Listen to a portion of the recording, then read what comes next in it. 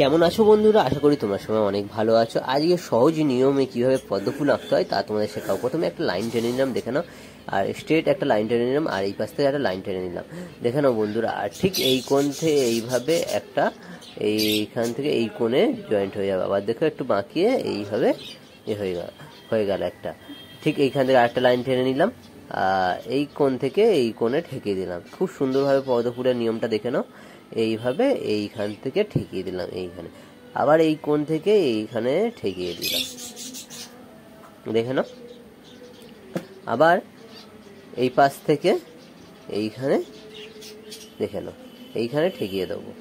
খুব সুন্দরভাবে হয়ে গেল। আর এই কোণ থেকে, আর এই যে কোণটা এইখানটা আমরা ঠেকাবো। আর মিডিলে একটা, এই সাইডে আরও একটা পাপড়ি, এই সাইডে আরও একটা পাপড়ি, আর এইখানে পাপড়ি একটা, আর এইখানে আরও একটা পাপড়ি, দেখে নাও।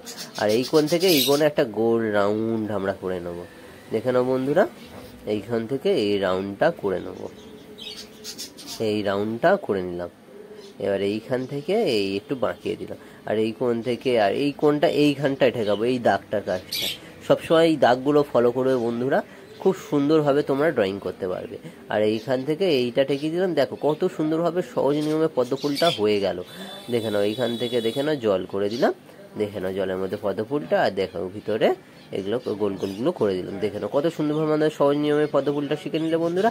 আর ভালো লাগলে একটা লাইক করে দেবে। নেক্সট ভিডিও খুব তাড়াতাড়ি দেখা হচ্ছে।